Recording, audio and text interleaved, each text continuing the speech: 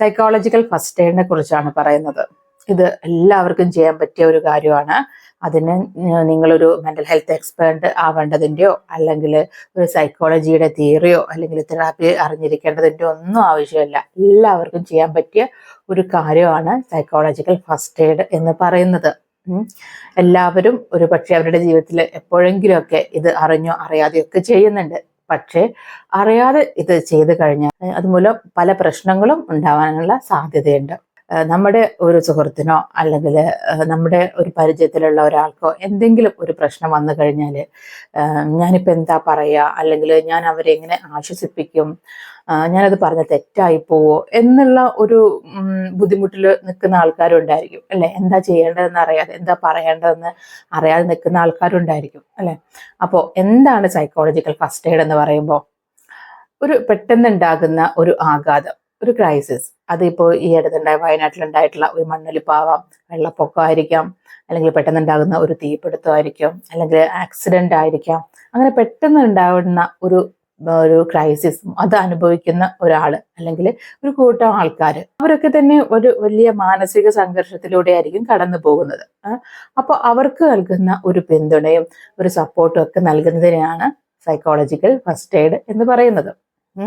അപ്പൊ നമ്മുടെയൊക്കെ സുഹൃത്തുക്കളോ അല്ലെങ്കിൽ ബന്ധുക്കൾക്കൊക്കെ ഇതുപോലെയുള്ള പ്രശ്നങ്ങൾ വരുമ്പോൾ ഒന്ന് ആശ്വസിപ്പിക്കാനോ അല്ലെങ്കിൽ രണ്ട് നല്ല വാക്ക് പറഞ്ഞ് അവരെ സമാധാനിപ്പിക്കാനൊക്കെ എല്ലാവരും ചെല്ലാറുണ്ട്.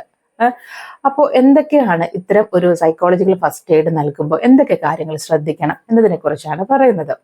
അപ്പോൾ ഫസ്റ്റ് എയ്ഡ് എന്ന് പറഞ്ഞാൽ എല്ലാവർക്കും അറിയാം അല്ലേ.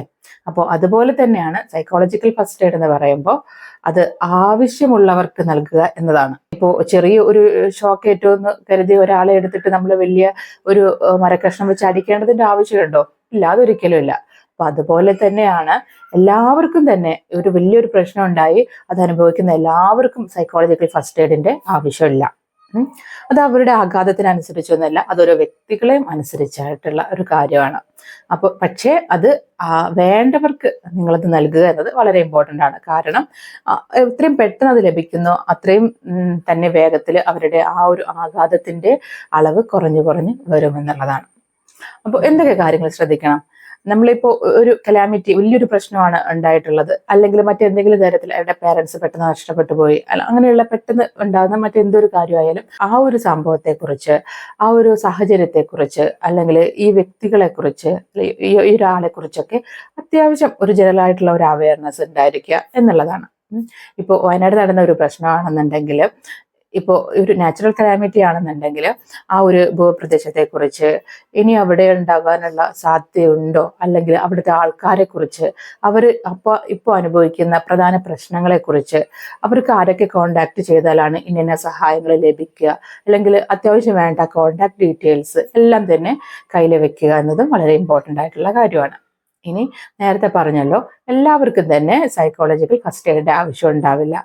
ഒരു പ്രശ്നം നടക്കുമ്പോൾ അതിലൊരു ഭൂരിഭാഗം പേരും അതിനെ സ്വന്തം ഒരു കപ്പാസിറ്റി, ഒരു മെന്റൽ റിസോഴ്സ് വെച്ചിട്ട് അതിനെ ഓവർകം ചെയ്ത് വരാറാണ് സ്വതവേ ഉണ്ടാവുന്നത്. പക്ഷെ ഒരു ചെറിയ ശതമാനം പേര് വളരെയധികം മാനസികമായി തകർന്നു പോകുന്ന അവസ്ഥ ഉണ്ടാവാറുണ്ട്. അതുപോലെ തന്നെ ഓരോരുത്തരും അതിനോട് പ്രതികരിക്കുന്ന രീതി വ്യത്യാസമായിരിക്കും. ഓരോരുത്തർക്കും ഓരോ രീതിയിലുള്ള നഷ്ടങ്ങളായിരിക്കും ഉണ്ടാവുക. അപ്പോൾ അതിൽ ഏതാണ് വലിയ നഷ്ടമെന്നോ ഏതാ ചെറിയ നഷ്ടമെന്നോ എന്നൊന്നും അളക്കാൻ നമ്മൾ ആളല്ല. അപ്പോൾ ഓരോരുത്തരും വേണ്ട ആവശ്യം അനുസരിച്ച് നമ്മൾ അവരെ സഹായിക്കുക എന്നുള്ളതാണ്. ചിലർക്ക് ഒന്ന് ഹോസ്പിറ്റലിൽ പോകുന്നതായിരിക്കാം, ചിലർക്ക് ചില കോണ്ടാക്ട് നമ്പറുകൾ ലഭിക്കുന്നതായിരിക്കാം, ചിലർക്ക് തൻ്റെ സുഹൃത്തുക്കളെ ഒന്ന് കാണുന്നതായിരിക്കാം. അപ്പോൾ അവരുടെ ആവശ്യങ്ങൾക്കനുസരിച്ച് നമ്മൾ അവരെ ഹെൽപ്പ് ചെയ്യുക എന്നുള്ളതാണ്. ഇനി അവരോട് സംസാരിക്കുന്ന സമയത്ത് ഒരു ആക്റ്റീവ് ലിസണിങ് ആണ് വേണ്ടത്. ഇപ്പോൾ അവർ പറയുന്ന സമയത്ത് നമ്മൾ ഫോണിൽ നോക്കുക, അല്ലെങ്കിൽ മറ്റാരെവിടെയും അവിടെയൊക്കെ ശ്രദ്ധിച്ചുകൊണ്ടിരിക്കുക, അല്ലെങ്കിൽ അവർ പറയുന്ന കാര്യത്തെ ഒരു അത്ര വലിയ ഇമ്പോർട്ടൻ്റ് അല്ല എന്ന രീതിയിലേക്ക് വരുത്തിക്കൊണ്ടുവരിക, അങ്ങനെയുള്ള കാര്യങ്ങളൊന്നും ചെയ്യാൻ പാടില്ല. കൂടാതെ തന്നെ നമ്മൾ ഇതിനു മുൻപ് സംസാരിച്ച ഒരാളുടെ സ്റ്റോറി അവിടെ വന്ന് പറയാം, അല്ലെങ്കിൽ നിങ്ങൾക്ക് പെട്ടെന്ന് തന്നെ ഇതെല്ലാം ശരിയാക്കി കിട്ടുമെന്നോ, അല്ലെങ്കിൽ നിങ്ങൾക്ക് പെട്ടെന്ന് തന്നെ ഇതിനെ ഓവർകം ചെയ്യാൻ സാധിക്കും, നിങ്ങളെങ്കിലും ഇവിടെ നിന്ന് രക്ഷപ്പെട്ടല്ലോ നിങ്ങളുടെ ഫാമിലിയിൽ നിന്ന് എന്നുള്ള ഒരു രീതിയിലുള്ള കാര്യങ്ങളോ, അല്ലെങ്കിൽ നിങ്ങൾക്ക് അവരെ സഹായിക്കാമായിരുന്നില്ലേ എന്നുള്ള രീതിയിൽ, അല്ലെങ്കിൽ ഒന്നും കൂടി ഒന്ന് ശ്രമിച്ചിരുന്നെങ്കിൽ നിങ്ങൾക്ക് അതിൽ എന്തെങ്കിലും മാറ്റങ്ങൾ കൊണ്ടുവരാൻ സാധിക്കുമായിരുന്നു എന്നുള്ള രീതിയിലുള്ള കാര്യങ്ങൾ, ഇങ്ങനെയുള്ള കാര്യങ്ങളൊന്നും അവിടെ പറയാൻ പാടില്ല. അവരുടെ ചിന്തകളെ കുറിച്ച്, അവരുടെ പ്രവൃത്തിയെക്കുറിച്ച്, അവർ സംസാരിക്കുന്നതിനെ കുറിച്ച് ഒട്ടും തന്നെ ഒരു ജഡ്ജ്മെന്റിലായിക്കൊണ്ട് കാര്യങ്ങളെ നോക്കിക്കാണാൻ പാടുള്ളതല്ല.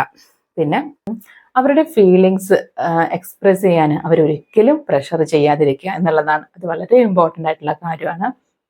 നിങ്ങൾ എന്താ ആ സമയത്ത് അനുഭവിച്ചു, നിങ്ങൾക്ക് ഇനി എന്താണ് തോന്നുന്നത് എന്നുള്ള ചോദ്യങ്ങളൊന്നും അവിടെ ചോദിക്കാതിരിക്കുക. കഴിവതും ചോദ്യങ്ങൾ വളരെയധികം കുറച്ചു കൊണ്ടുവരിക. ഇതൊരു പേഴ്സണൽ ആയിട്ടുള്ള ഒരു കൗൺസിലിംഗ്, ഒരു പ്രൊഫഷണൽ കൗൺസിലിംഗ് ഒന്നും അല്ല. അതുകൊണ്ട് ഒരു ഡീറ്റെയിൽഡ് ഹിസ്റ്ററി എടുക്കേണ്ടയോ, അല്ലെങ്കിൽ നിങ്ങൾക്ക് നിങ്ങളുടെ ഫാമിലിയെ കുറിച്ച് പറയാം, അല്ലെങ്കിൽ ആ സമയത്ത് നിങ്ങൾക്ക് എന്ത് അനുഭവപ്പെട്ടു എന്ന് പറയാം, അല്ലെങ്കിൽ നിങ്ങൾക്ക് ആരെ സഹായിക്കാൻ കഴിഞ്ഞു എന്നുള്ള ഒരു രീതിയിലുള്ള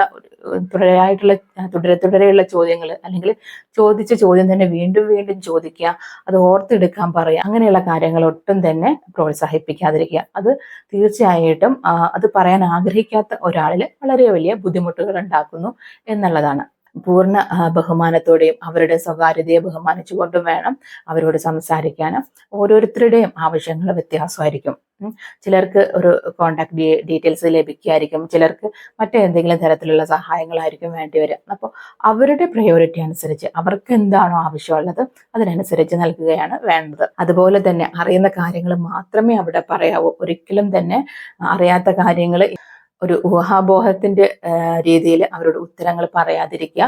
നിങ്ങളുടെ ഒരു പ്രശ്നത്തെക്കുറിച്ച്, അല്ലെങ്കിൽ നിങ്ങൾ അവിടെ വന്ന ഒരു കാര്യത്തെക്കുറിച്ച്, നിങ്ങൾ അപ്പോൾ ഈ ഒരു ഫസ്റ്റ് എയ്ഡ് നൽകാൻ വേണ്ടിയിട്ട് നിങ്ങളെടുത്ത എഫേർട്ടിനെ കുറിച്ചൊന്നും തന്നെ അവിടെ അവരുടെ അടുത്ത് പറയാതിരിക്കുക.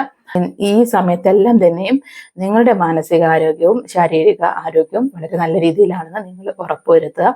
ഒരു തരത്തിലും അവരെ ബുദ്ധിമുട്ടിക്കുന്ന രീതിയിലായിരിക്കരുത് നിങ്ങളുടെ സൈക്കോളജിക്കൽ ഫസ്റ്റ് എയ്ഡ് എന്ന് പറയുന്നത്. ഒരു പോസിറ്റീവ് മെക്കാനിസം കൊണ്ടുവരുന്ന രീതിയിലും, അല്ലെങ്കിൽ ഒരു സെൽഫ് ലവ് വർദ്ധിപ്പിക്കുന്ന രീതിയിൽ, ഒരു അഡാപ്റ്റബിലിറ്റി, ആ ഒരു സാഹചര്യത്തിനനുസരിച്ച് തുടർന്ന് പോകുന്നതിനുള്ള മാനസിക ധൈര്യം നൽകുന്നതിൽ ഒക്കെ ആയിരിക്കും നിങ്ങൾ കൂടുതലായിട്ട് ശ്രദ്ധിക്കേണ്ടത്. അപ്പോൾ നിങ്ങൾക്ക് ഈ വീഡിയോ ഉപകാരപ്രദമായി എന്ന് വിശ്വസിക്കുന്നു. Okay, thank you.